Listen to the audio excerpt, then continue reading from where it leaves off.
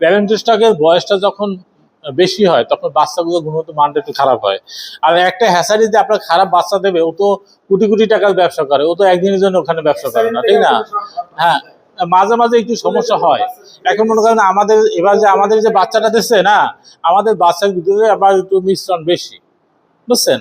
এটা সম্ভবত প্যারেন্ট স্টকের বয়স যদি বেশি হয়ে যায়, শেষ মুহূর্তে হয়ে যায়, ওই ডিমটা থেকে যে বাচ্চাটা বের হয়, বাচ্চাটা সাধারণত একটু সমস্যা হয়। তবে ওইটা দেখা যাচ্ছে কি, আমাদের যে মুরগি আছে এটা আপনার 2 মাস যখন বসা হবে, দেখা যাচ্ছে যে যেভাবে খাবার খাবে তার অর্ধেক ওজন আসবে, আশা করা যায় অর্ধেক ওজন আসবে। আর কোনো কোনো মুরগি আছে যে ওজন আসে 1 মাস পরে, বুঝছেন? তারপরে এখন দেখা যাচ্ছে কি অ্যাভারেজ 200 বেশি হবে, 200 গ্রামের বেশি হবে পার পিস ওজন। আজকে মুরগির বয়স কত?